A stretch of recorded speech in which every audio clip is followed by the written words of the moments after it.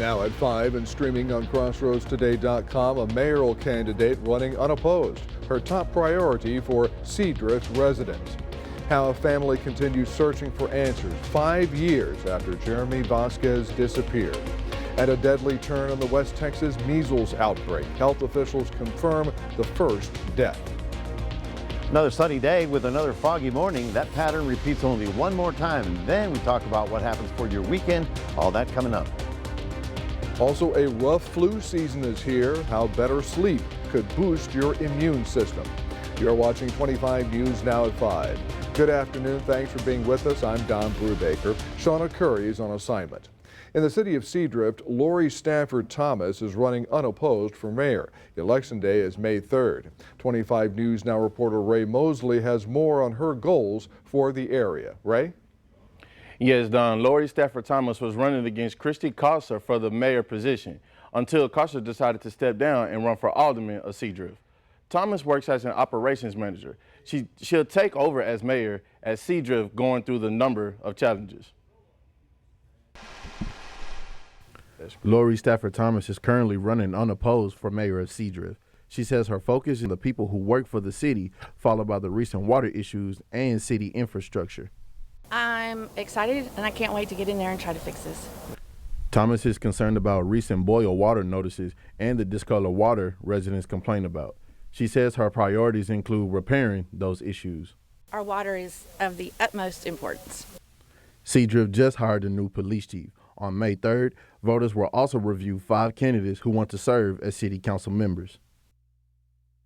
The deadline to register to vote or update your address is April 3rd. Don? All right, Ray, thank you. It's been 5 long years since Jeremy Vasquez vanished, leaving his family desperate for answers. Despite the time that has passed, their determination to find him remains unwavering. 25 News Now weekend anchor Amaya Norman has the details. Like I said, I just need closure. I want to at least give him, if he is not here, at least get justice for him. It's a pain no family wants to experience. The frustration and heartache of having no closure. Oh, I miss him a lot. I miss him and I do think about him. If he's still here. It's been 5 years since Jeremy Vasquez went missing, and his family is still searching for answers. Because he loved to do hair and makeup, and he did a very good job at it, you know. And you know, he was very into fashion and stuff like that, and like I said, makeup and hair and stuff, and he had a lot of talent. He left for a walk after his father and stepmother had an argument. When Jeremy didn't return home for hours, his family knew something wasn't right. They immediately raised the alarm, but felt as though the police department didn't do enough. No, I feel like they didn't do enough. Yeah, because like I said, why after all these years, 5 years, why till now, you know? Why till now? They took matters into their own hands, creating flyers and spreading awareness on social media. You know, we looked for him at his friend's house and just, you know, called some people, some of his friends, and nobody knew anything. And at the time, I had put out a $5,000 reward for his missing. Now this raises questions on how does our police department respond when you report your child is missing. We reached out to the police department for details about their process when handling missing children cases, but they have not provided any information at this time. This case wasn't turned over to the National Centers for Missing and Exploited Children until 2023, a center that updates images of long-term missing children. The reason for these age progressions is sort of like 2 parts. When children are missing for many, many years, we're trying to create an accurate depiction as to what they could look like today. But it's also a new reason for the public to maybe recognize the child's case, let's say in like a media special or on social media, getting some special attention for each and every child that's been missing for that extended period of time. Since his disappearance, the Vasquez family has repeatedly contacted local authorities for answers. I just want him back home, wherever he's at, just I just always wanted him to go. I want him to contact us. Anyone with information about Jeremy's disappearance is urged to contact the Victoria Police Department or the National Centers for Missing and Exploited Children. Amai Norman, KAVU TV, 25 News Now. A 2008 red Chevy Cobalt crashed into a 2023 Harley Davidson noon today on the intersection of Airline Road and North Bend Wilson. A 68-year-old woman failed to yield the right-of-way, turning into the street, striking the male driver and the female passenger on the Harley Davidson. The driver and the passenger were both transported to the hospital with minor injuries. Here are some of the top headlines you can read in the Port Lavaca Wave. Calhoun County Commissioners agreed to a deal with TxDOT to build a new bridge. And the races are set for the May 3rd Port Lavaca city elections. You can read these stories and more at portlavacawave.com. Let's go to Mac Pettis with the first look at the forecast. Started off kind of ugly today, Mac, but otherwise it was a beautiful day. Yeah, it's kind of the same pattern for tomorrow. We're going to be on the soupy side. In fact, by sunrise, we're looking for less than half-mile visibility, so one more morning. But then in the afternoon, the north wind kicks in and blows that away, so we're not going to have to deal with it after that. We'll be talking more about what to expect all the way through the weekend coming up in just a moment. Don, back to you. Mac, thank you. The first measles death has been reported in the West Texas outbreak. State health officials say the school-aged child who was not vaccinated was hospitalized last week. There are 124 confirmed measles cases so far in the outbreak, which started in late January. Most are children. 18 have been hospitalized. It's still the peak of respiratory virus season, and the CDC says the number of people seeking health care for these illnesses is high, especially when it comes to flu, which is causing a substantial number of emergency department visits nationwide. But experts say prioritizing something you do every night can actually help boost your immune system. In today's Health Minute, we have an explanation how sleep can help protect you from getting sick. It's been an intense flu season so far. Nationwide, about 27% of tests are coming back positive for the virus, and there's also RSV and COVID-19 to contend with.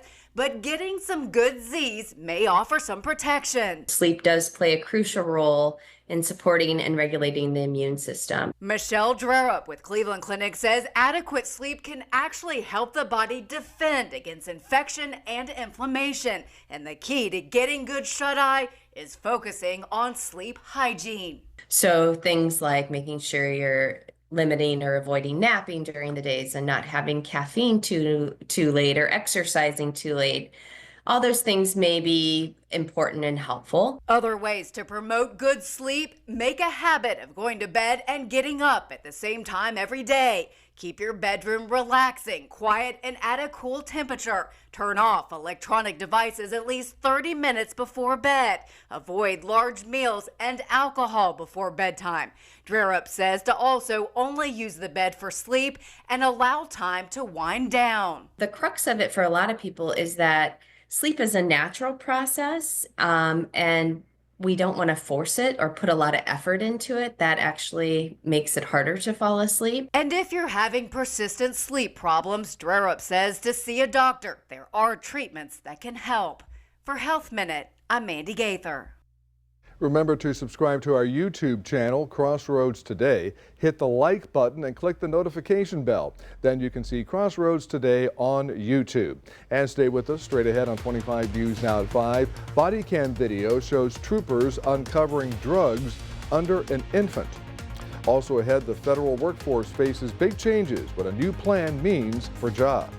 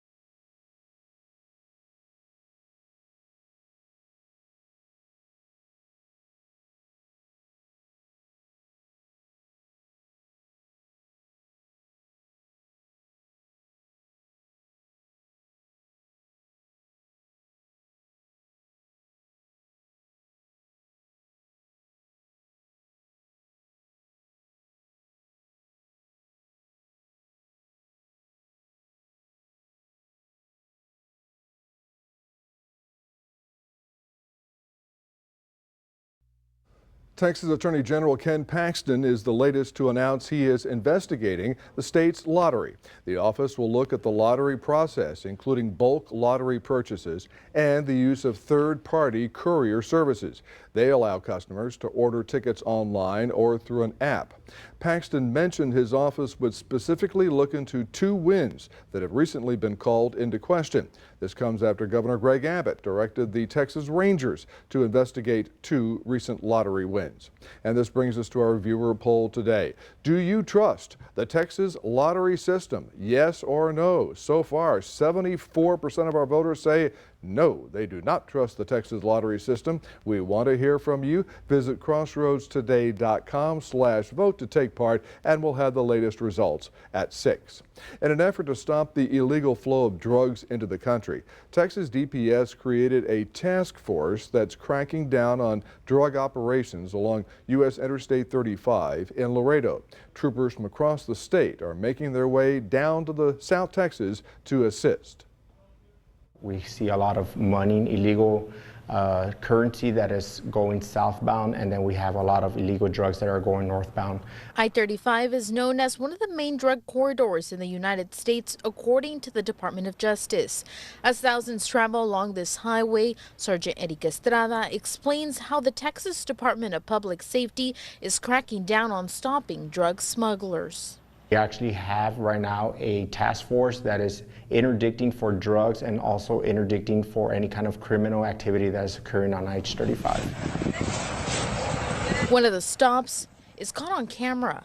This body cam video showing the moments troopers found 34 pounds of marijuana in a duffel bag. The seizure is a rare find for troopers. We don't usually see a family group involving an infant involved in these type of cases. In this particular case, it was a family of 3 where they were carrying 2 infants, and underneath the car seat they actually had the duffel bags filled with marijuana bundles. The 2 Laredo brothers in the pickup truck were arrested near mile marker 24. Both identified as Jose Alejandro Martinez, age 21, and Ramiro Martinez, age 19. In another case, troopers stopped a 2011 Chevrolet Silverado on Santa Isabel Avenue and Burnside Street in Laredo. DPS reports 8 plastic-wrapped bundles contained marijuana in the rear seat of the vehicle. In this case, they confiscated 198 pounds of marijuana with an estimated street value of $60,000. The driver was identified as Leroy Castillo, 21, out of Laredo. The people arrested in these cases were charged with possession of marijuana, and DPS remains in the battle to stop the flow of drugs before they enter other major cities. For KGNS News, I'm Liseli Garza. A narrow majority of the Texas House signed on in support of the chamber's school voucher bill on Wednesday, signaling that Governor Greg Abbott's top priority is on track to clear the lower chamber. To read the full Texas Tribune article, visit our website, crossroadstoday.com.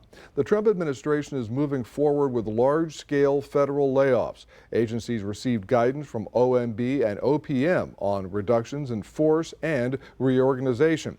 The plan targets non-essential positions, federal property, and budget cuts. Phase 1 requires agency lists of divisions and jobs not mandated by law. Phase 2 outlines a vision for more efficient operations. Here's some of the top headlines you can read in the Cuero Record.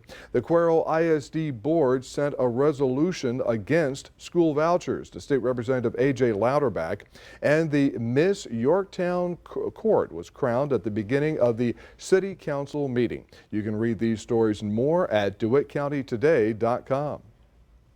Well, good afternoon, everybody. We're at 76 degrees after that morning fog. It came out to be a pretty nice day. Tomorrow's going to be interesting because we actually have a frontal system coming through. We managed to get up to 82 today. Can you believe it? 52 was the overnight low, and that's way above, 10 degrees above where we're supposed to be this time of year.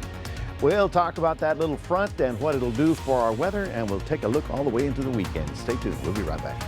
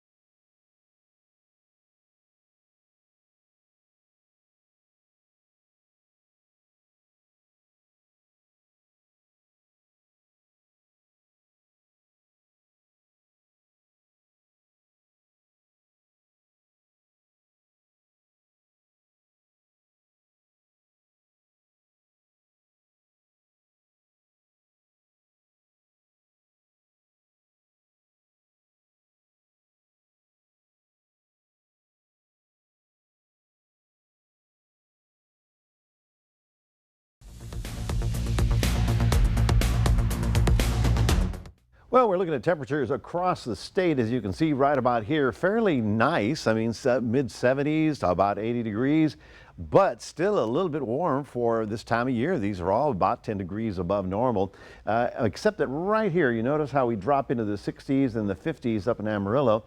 That's our little front that's coming through. Now, it's not a huge cold front, but it'll be a north wind and it'll bring some drier air into the region, and we probably won't have the fog after that moves through the region. Now again, it was pea soup this morning, I'm sure, and for those of you that have to get up early, we've got that fog developing again. We're going all the way to sunrise tomorrow morning, and you can see half-mile visibilities up and down the entire 59, up and down the entire 77, and pretty much anywhere on the this side of San Antonio. So if you're going, northwest, you may run out of it, but anywhere along the coastal bend, we'll be dealing with that soupy stuff. So then the question is, you can notice this, at 9 a.m., what happens here? All of a sudden it clears out very nicely. Well, that's that north wind that's going to blow in and blow all of that fog away. So beyond that, we're not going to have to deal with that for a couple of days.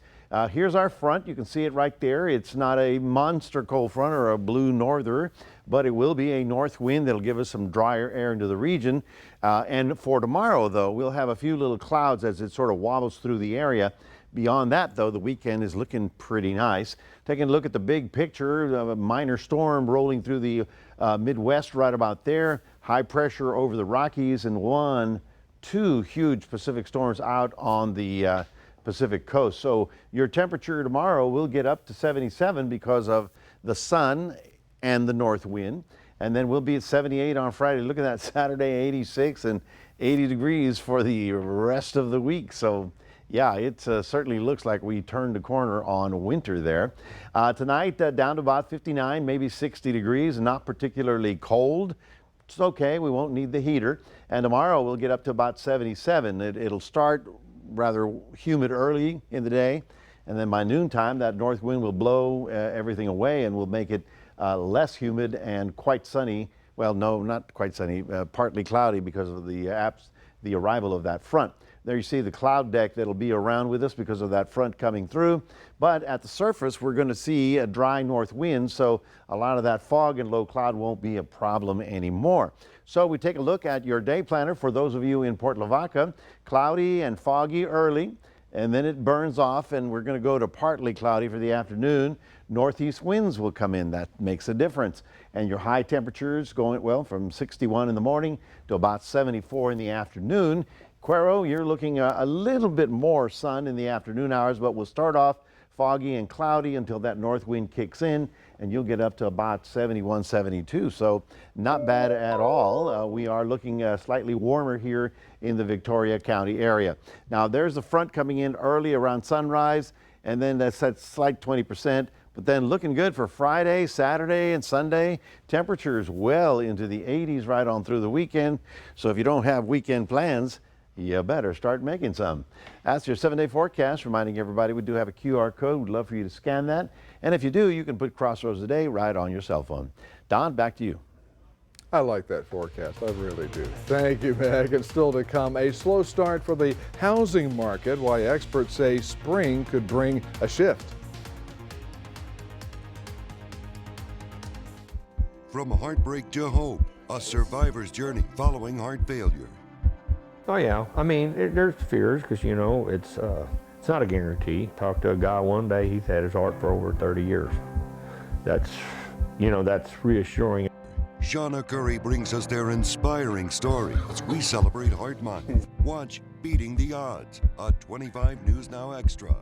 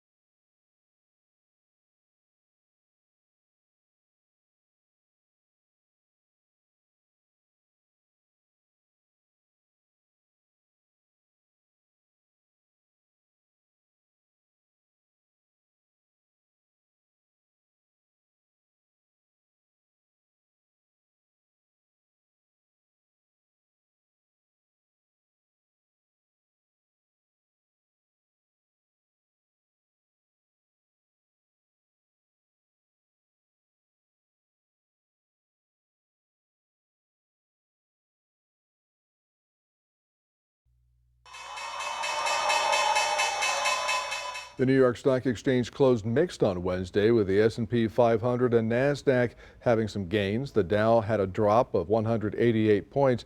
The S&P 500 up 0.81 points. The NASDAQ up 49 points, and oil is down 14 cents to $68.80 per barrel. Department of Agriculture Secretary Brooke Rollins is outlining a new strategy she says will ease the spread of bird flu and lower egg prices. In a Wall Street Journal op-ed, Rollins says the USDA will invest $1 billion in the new plan. It will be paid for, at least in part, by Department of Government Efficiency, or DOGE, cuts. The plan includes spending $500 million to help enhance biosecurity measures to help keep the virus off farms, cutting back on regulations on egg producers and making it easier for families to raise backyard chickens, and possibly temporarily importing more eggs to reduce prices. Spring is typically the busiest time of year to buy and sell a home, but last year home sales fell to the lowest level in almost 3 decades. Buyers are facing high prices and high interest rates. As we head into the spring, experts say there is some good news for buyers. In today's Consumer Watch, Jen Sullivan breaks down why.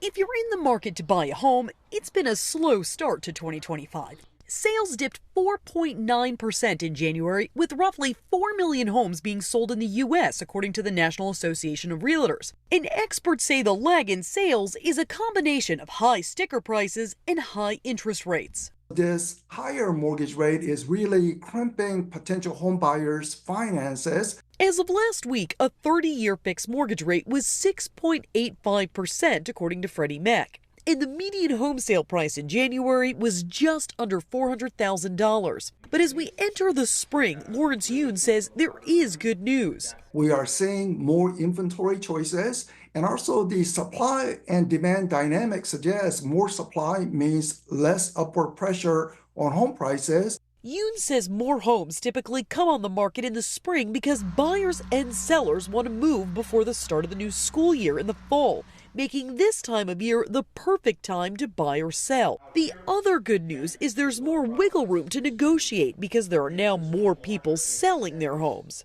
One can negotiate on many aspects, whether it is the actual home prices, or maybe people can request, can you fix the faucet? Can you do the exterior painting? Yoon says in some areas, homes are still selling above asking price, so keep that in mind when you set a budget. For Consumer Watch, I'm Jen Sullivan. Tropicana is in the middle of a financial crisis and could be headed for bankruptcy. The iconic company, best known for its orange juice, is facing challenges on multiple fronts as the citrus industry falters. Tropicana Brands Group has seen sales and profits go downhill in recent years. Higher prices, competition, and shifting consumer trends have hammered Tropicana. The company is also facing supply shortages in top orange growing areas, worsened by climate change influenced disasters like hurricanes in Florida. The Agriculture Department expects this year's orange production to be the lowest in 88 years. Stay with us. A heart-stopping rescue on thin ice. See how a quick-thinking officer saved a stranded dog. Coming up tonight, breaking news, a well-known actress found dead in her New York City apartment by her mother. What we've learned, the measles outbreak in the U.S., the first child to die from measles in a decade. What's going on? And this major turn tonight for the Menendez brothers when it comes to potential freedom. We're next.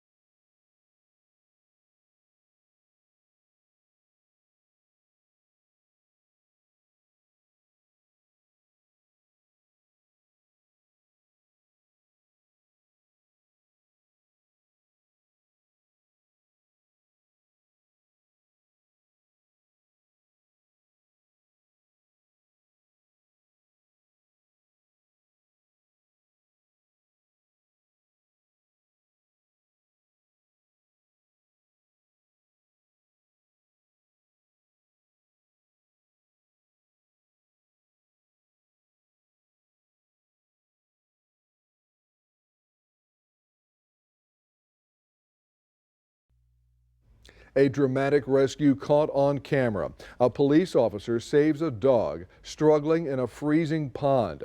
Taff, a border collie trained to chase geese, ran onto the ice at Veterans Park, but it did not hold. Officer Doug Centrone, a trained water rescuer, arrived within minutes, suited up, and pulled the dog to safety. Using specialized gear and training, Officer Centrone acted fast, and Taff made it back to shore, safe and sound.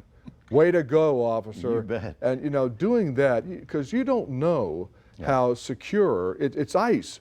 Yeah, so, I mean, it's a big problem, you know. It could look thick, but who knows? People up in the Midwest that I've talked to say that they know how to look at it. And we're, how do you know? And go, you got to know how to look at it. So there's a skill to being able to know that, you know, are you 2 inches? Are you 4 inches?